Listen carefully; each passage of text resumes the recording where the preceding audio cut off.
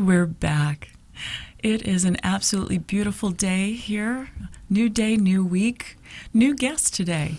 I'm Mia Zachary, and you are listening to Elemental Abundance Radio. This is a series of conversations where science and spirituality come together to help you live your best life, grow to your highest potential, and become the person that you're supposed to be. So if you are watching on whatever platform, Facebook, YouTube, Periscope, do me a favor. I know there's other people in your life that are wanting something more, wanting something better. So share the video out with them. And while you're at it, feel free to comment in the private Facebook group. You can find that by going to facebook.com, look in the upper left-hand corner for the search bar, and type in Elemental Abundance. You'll find both the page and the group there. And I look forward to continuing the conversation with you. Our sponsor for today's episode is Neighborhood Acupuncture in Laurel, Maryland. And I'll tell you a little bit more about them in a few moments. But first, I want to welcome my very special guest, Jessica Sharp of Gentle Hands Reiki. Jessica, thank you so much for coming today. Oh, thank you so much for having me. I'm so pleased. Such a pleasure. I always, from the moment I met you, we just really clicked. And I'm so happy to have you here to just share time and space with me today. Thank you. We're going to talk about surrender in a couple of moments, but before we get there, I would love for people to get to know you and who you are. So how do you show up in the world? That is a really fun question to ask. Actually, when I think about that, I realize that it's ever-changing. As I deepen my Reiki practice, I've been in practice now for 4 years, and with each passing year, my confidence grows, and with that, the ability to just speak more effectively and communicate more clearly about what Reiki is and how it can be helpful. I've always been an extrovert, and I've always loved people, never really had a hard time making friends. The hardest part for me was talking about what I do. I'm good at what I do, but because it is a little bit outside of the mainstream, I thought, oh my gosh, I'm going to have to look the most doubting Thomas person in the face and convince them that Reiki is rock solid, like the most real thing in the world. I put that pressure on myself, and with it came anxiety, which kept me from being able to communicate effectively because I was putting that pressure on myself. So now, talking about surrender, I really surrendered that need, and in doing so, it just comes naturally now. I don't have to put pressure on myself to, make everything sound amazing and make myself sound like an expert, because I'm not. And so that is how I've been showing up lately for, in my work and in my career in that space. And it's been so fun. I love that, and I do the same thing. I call it putting first truth first. Mm-hmm. I am not an expert. I am not the foremost authority on any of this. I've just made it a commitment to lift as I climb. Mm-hmm. So for those people who are listening that may not have any clue what Reiki is, how would you explain that to them? Well, Reiki is an Eastern, Japanese-based method of healing that uses the energy in our bodies and the energy around our bodies to stimulate the body's natural healing ability. Now, every living thing has a physical body. It also has an energetic signature. And within the physical body and within the energetic signature is the ability to stimulate our bodies to heal themselves. Every living thing has this. Some living things are better at it than others. Humans are pretty terrible. We have these big, we have these big, beautiful brains that allow us to do these big, beautiful things, but we're not the best at turning them off and allowing our minds to quiet and our body to take over and heal itself when it's necessary. So Reiki creates that safe time and space to quiet the mind and to soothe and to bring energy into the body where it may be deficient, and in turn stimulate the body to heal itself from pain or stress. We can't cope with stress and pain and heal from stress and pain simultaneously. There has to be a shift. One system has to have a seat, or several, and one has to take over. And so Reiki can stimulate that healing system to take over. And it's really, really fun to help people like that. I love that about you. You do have that calming and relaxing effect on everyone around you. And what is that the reason that you chose to call your business Gentle Hands Reiki? I think so. Yeah. I mean, gentle hands was something I was saying a lot as I started my practice, because I had a toddler at that time who was so excited about the world and just so energetic and wanted to learn all the things and do all the things and touch all the things. And he would just be a little too forceful sometimes and hurt himself or things. And I would say to him, gentle hands, gentle hands. So I was saying that all the time. And I realized that, like, we do the same things. Like, we can put ourselves so far out into the world and, treat ourselves with so much force that we can forget to be also allow ourselves to be gentle with ourselves and be vulnerable.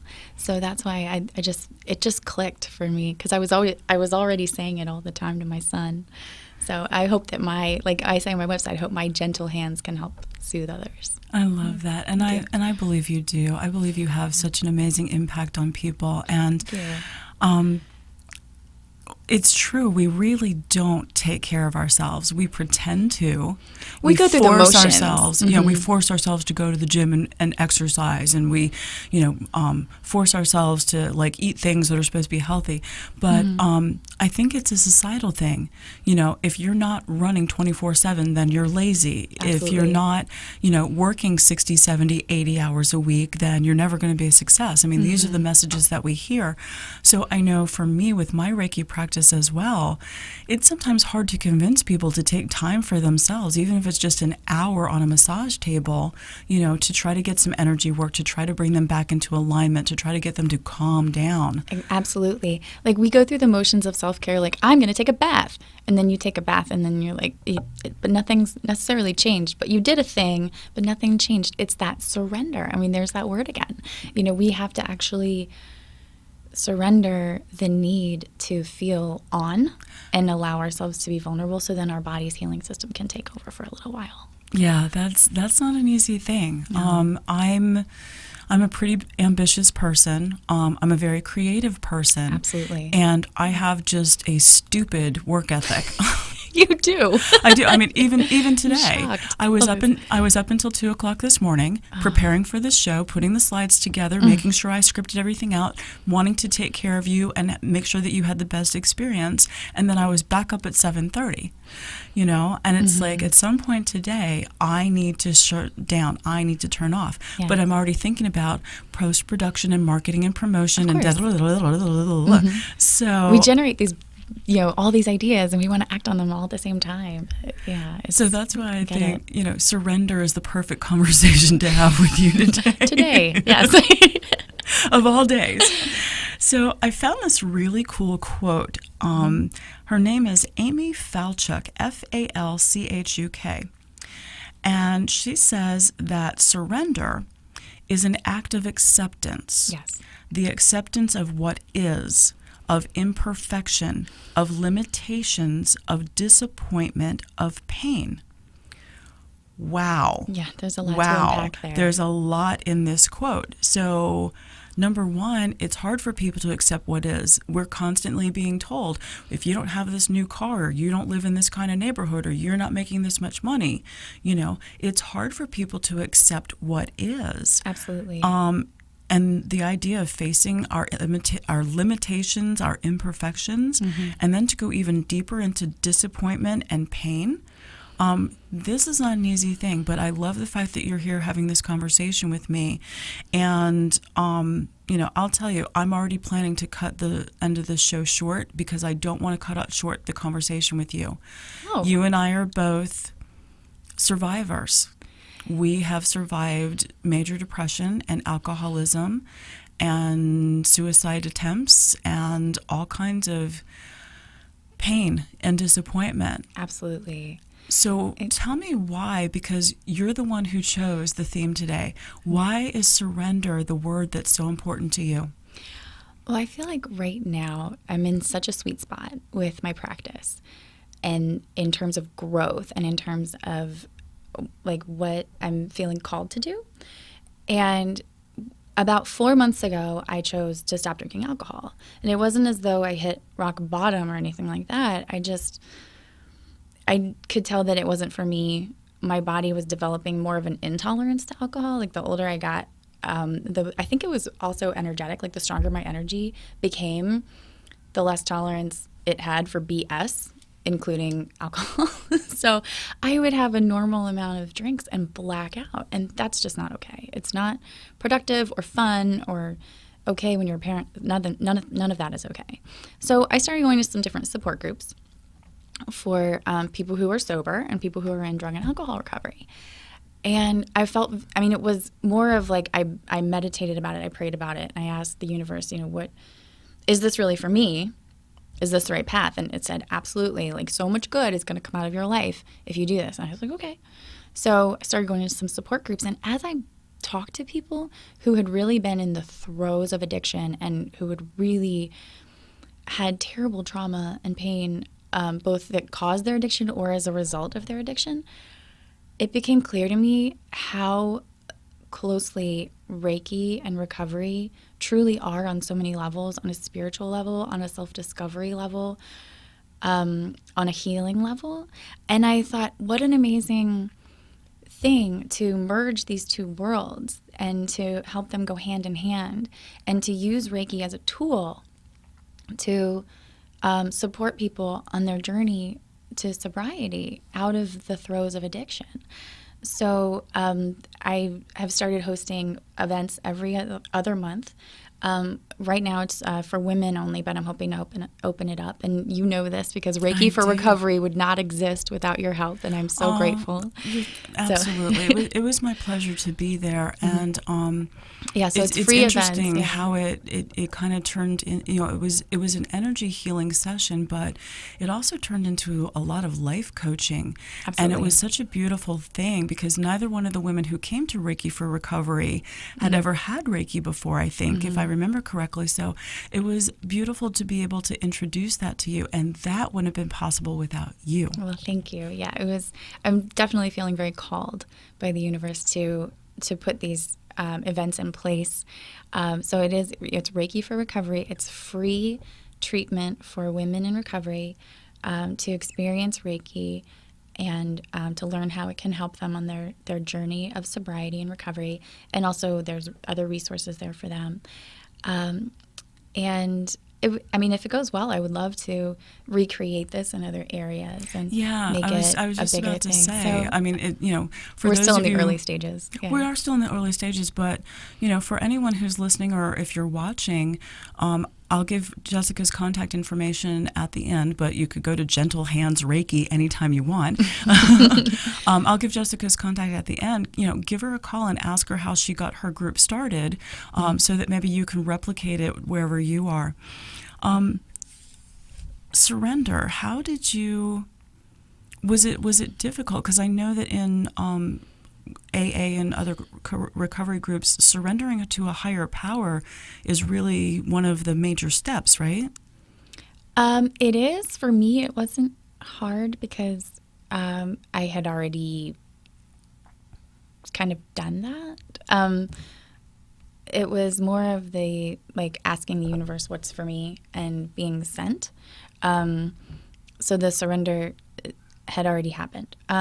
For other people, just surrendering to the idea that your life has become unmanageable. Okay. Surrendering. We look at substances. I look at it as a substitute for something else. Usually there's people are filling some kind of void that they have.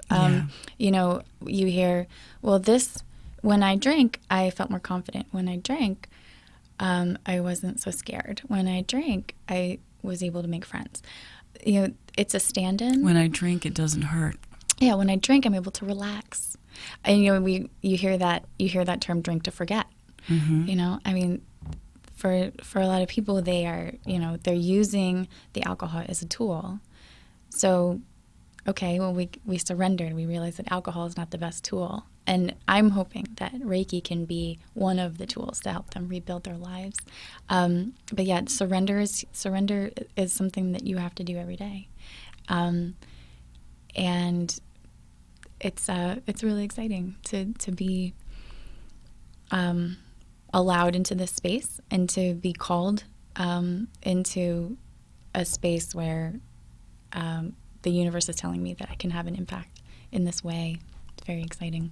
It is, and it seems so natural for you. I love the idea of it, and I look forward to continuing to support the Reiki for Recovery. Thank you. Whatever you need, I'm happy to be there for you. Thanks. It's interesting that you said that surrender is something we have to do every day.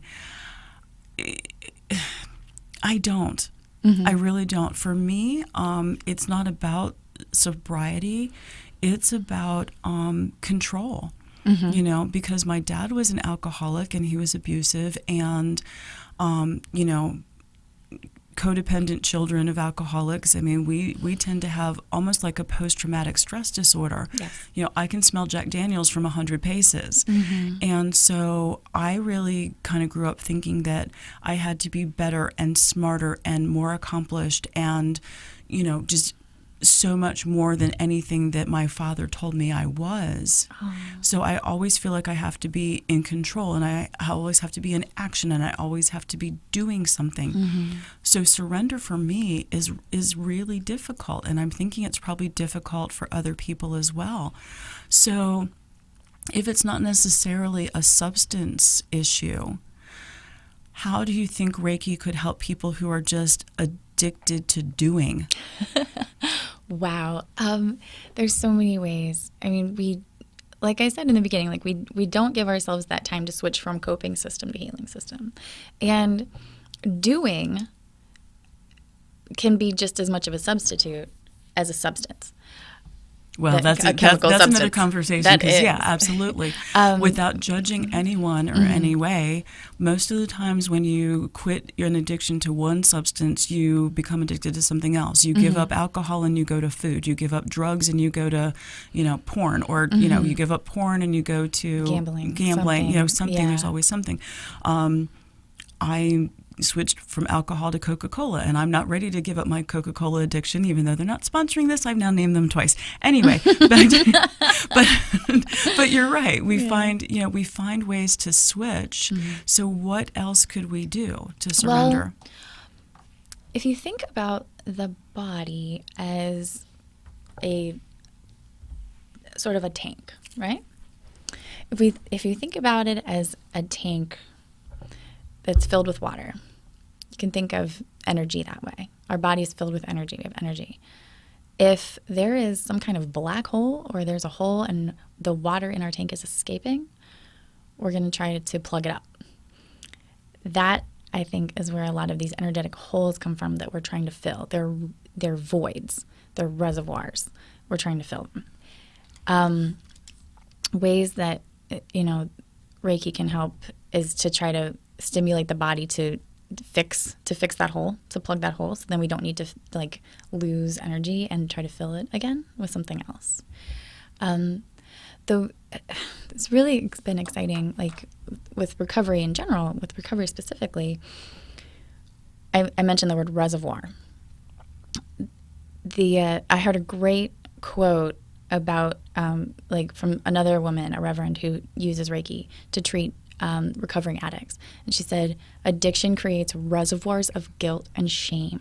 Oh, wow. And so much, even if it's to doing, why are we doing? We're doing to overcome, something, some kind of hole that we have, or we're drinking to fill some kind of hole. There's that reservoir of that guilt and shame. And Reiki can allow someone to look at that as an outside observer, as opposed to a victim of that guilt and shame, or the cause of that guilt and shame. And then in doing so, it allows them to process it in a healthy way and let it go, as opposed to being re-victimized over and over and over. It can also help them see, where they may have been in the wrong, and come to terms with that. And accept it. Like we talked about with your quote, surrender is disappointment, surrender is pain. I mean, that really is acceptance of acceptance of pain. So, I mean, that is healing. That's how you heal. You don't try to forget the pain. You don't pretend it's not there. We do. We do. And in recovery, you try to overcome that. Yeah, that is a beautiful point you just made. We do. We're supposed to be young and beautiful and fit and smiling and happy all the time. And we forget that we came equipped with a full range of emotion. And that the only way, by design, absolute, well, whatever your belief is, you've got emotions. And you made a beautiful point that, you have to accept the pain, which sounds like a crazy thing. But if you don't accept the fact that acknowledge that you have the pain, accept that you have the pain, you're never going to be able to look at the cause of it and start to surrender it, start to let it go. Absolutely. Which I think is a great point you just made. And I want to come back again to what you said about, having to surrender every day. It's a process. Yes. There's no one's going to say, I think I'm going to be whole now, and then just like that they are. That's not how it works. What are some of the things that you do? You mentioned meditation. What are some of the other things that, people could try to begin that surrender process? For me, I'm so blessed to have a good support system with my family.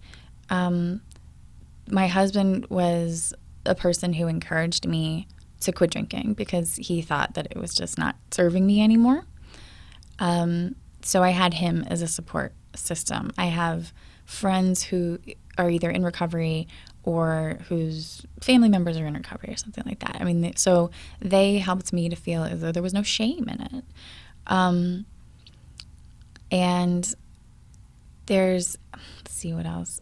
Like I said, I do meditation. Not so much like sitting still in a specific place and breathing. Yeah, because I can't do that. I'm terrible at meditation. Me too. But just, constantly asking questions, and I think being a Reiki practitioner, having been a practitioner for 4 years, being in training for, a year before that, makes you very good at knowing the difference between what messages from the universe sound like as opposed to your own stuff. Your ego, yeah. Exactly. So, but for people who may not have that many years of knowing the difference under their belt, that's okay. You can still just kind of like constantly ask questions. Does this feel okay to me? Yeah. This is this going to be the right thing? And we are very, very good at ignoring our own intuition in this world. Oh my gosh. Right? That's a conversation for an entire another show. Yeah, absolutely. So, for me, especially when I was in training, I had my skeptic hat on so tight. And I was the annoying kid in class who was always like, but how do you know this is real? Like, what's your proof? Like, why? How do you know? And I drove my teacher crazy. But I was so in the habit of ignoring that intuition because I thought there's no way that that's gonna, that's real. Yeah, that's true. But that's just true. really, you'll feel it. And as people go through life and they, ask more questions and breathe more and allow themselves to be a little bit more still, your body and your energy will let you know. It has a very low tolerance for BS. Once you learn, but and I think it does come back to that surrender. You've got to surrender the time. I think that's the key. You and everyone else who knows me will be so proud to know that next Sunday, I have blocked off my entire calendar. I have nothing. I know, right?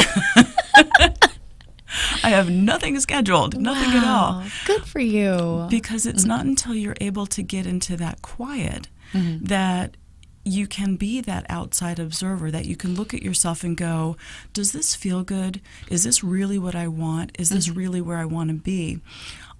So I think it's about surrendering to the idea that you're never really alone. For those of you watching, I don't belong to any particular religion. All beliefs are welcome as my guests, as my viewers. but I am very spiritual, and you're going to hear me talk about things like faith and infinite love and, but you are never alone. You are always part of something more is the philosophy that I hold. And so that kind of leads into this next quote, which is from Deepak Chopra. He says, surrender is faith that the power of love can accomplish anything, even when you cannot foresee the outcome. I love that. So how do we, or how would you, encourage people to have faith in the power of love when so many of us don't love ourselves? And that's where I think a lot of the pain and the disappointment and the imperfections and all of that, the substance abuse comes from. Absolutely. Wow, there's a lot. That's a big question with a big answer. I'm trying to simplify it and say from my beliefs, I mean, Reiki is a spiritual practice. It's not a religious practice. I am a spiritual person. I'm not a religious person.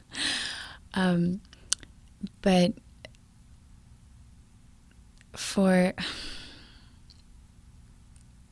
I think the other day, this is so crazy that you asked this question because it was just last week.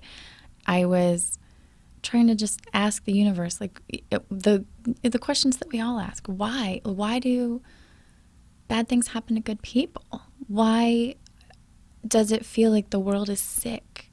Is it sick, or is it just our, is it worse now than it was before, or is it just our perception?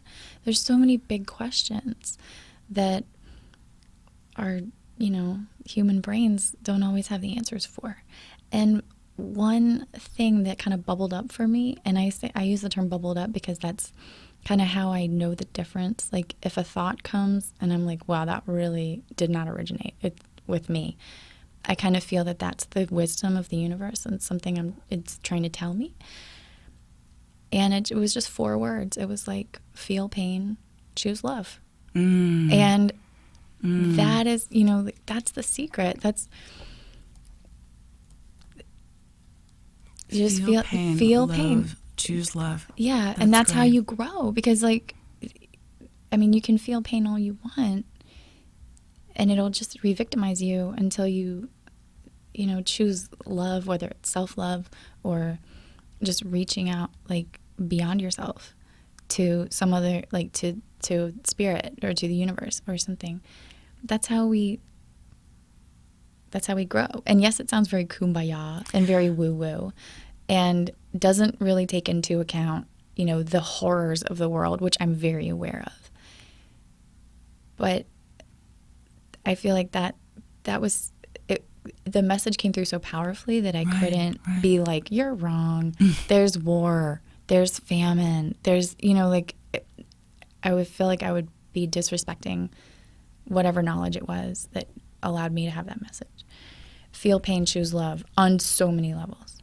And if there are people watching or listening who maybe are not spiritual, are not yet awake to the fact that they are part of an infinite matrix of love and intelligence, that's okay. You can feel the pain and choose love. There are very few people who are absolutely alone.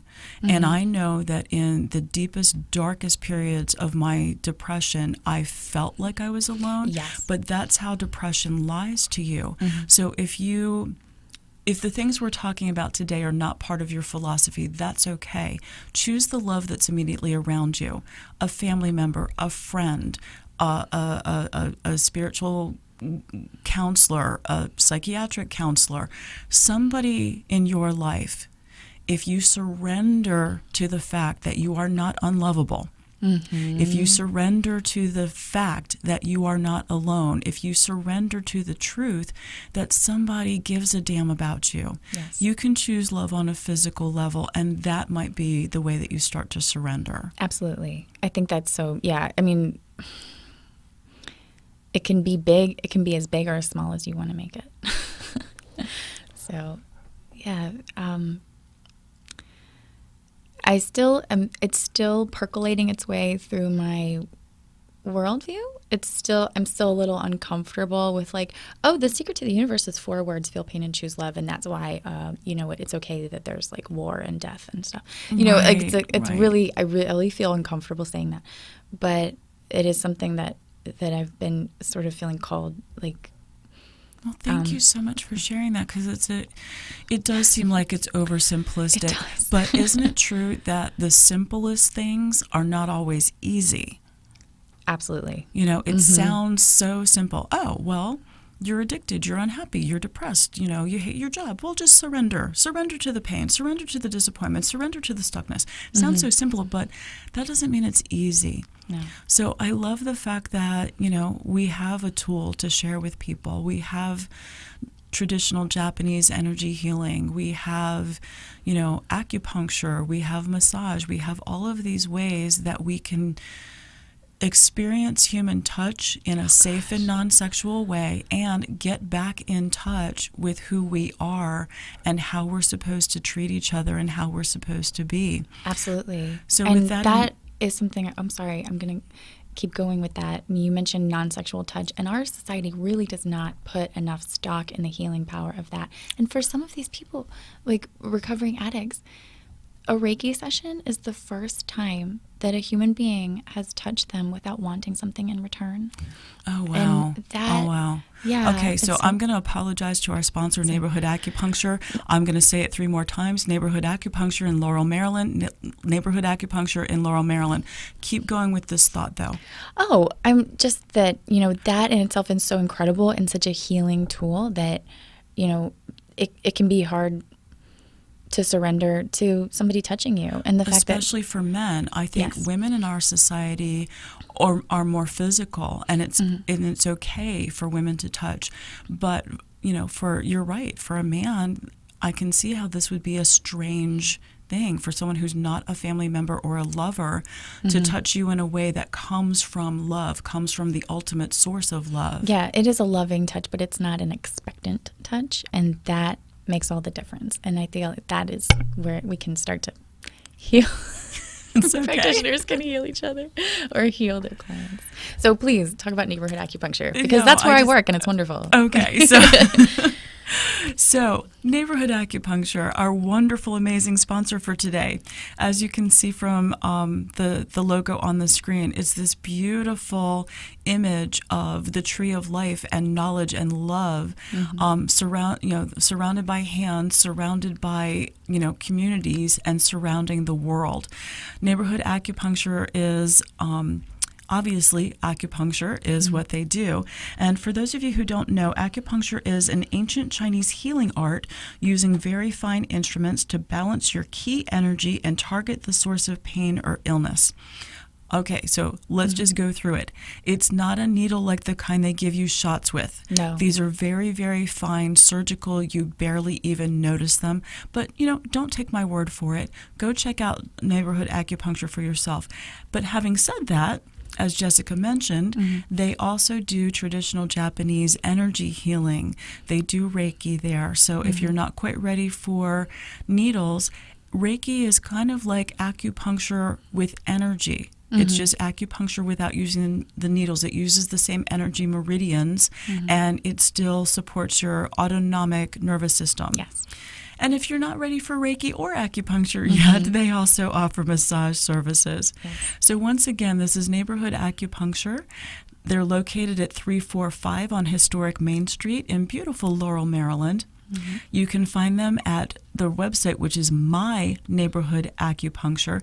And unlike me, spell it correctly. It's my, NEIGHBORHOOD, ACU, not ACCU, because I do that all the time, ACUPUNCTURE, so myneighborhoodacupuncture.com, and you can reach them at 301-604-0919. So, Jessica, I want to come back to you. And as we're wrapping up, I just wanted to ask you, what would be your not your final thoughts, because I hope to have you back again someday, but what would be your parting wisdom for today, for anyone listening or watching? That would be a question that I did not prepare an answer for. That's okay. That's okay. I would just encourage anyone listening today to be okay with stepping outside the box a little bit in terms of their own healing, in terms of their own self-discovery, and realize that science and spirituality, just like we're talking about here, it can go hand in hand. It doesn't have to be a one or the other sort of equation. And if they're feeling stressed out or anxious, don't discount, things like acupuncture, Reiki, aromatherapy, things like that. The mind-body connection is very strong. So, in your local community, whether it's here or wherever you are, check out a book, Google a couple of different holistic healers and see if that's something that can resonate with you. And for those of you that are already open to the idea of alternative healing, Jessica and I both do distance Reiki. Yes, we do. Yes, I have clients in Germany, Japan. It's wonderful. There you go. So if you're watching, take a look at the screen. You'll see a lovely picture of Jessica, and there's her contact information. She is at Gentle Hands Reiki. That's GentleHandsReiki.com. GentleHandsReiki.com. You can reach her at gentlehandsreiki@gmail.com, and her phone number is 443-766-0894. So, because I wanted to have a longer conversation with Jessica, that means you get a shorter close to the end. Go look for us on social media @Mental Dancing. Take a look at the website, which is www.mentaldancing.com. You'll find the show episodes there. You'll find the journal cards and the insight cards. And more importantly, you will find the directory of guides like Jessica, who are part of your resources for your soul evolution. So, thank you so much for joining us on this episode of Elemental Abundance, where spirituality and science come together for your highest good. Until next time, I wish you love. I wish you every success. And more than anything, I wish you joy.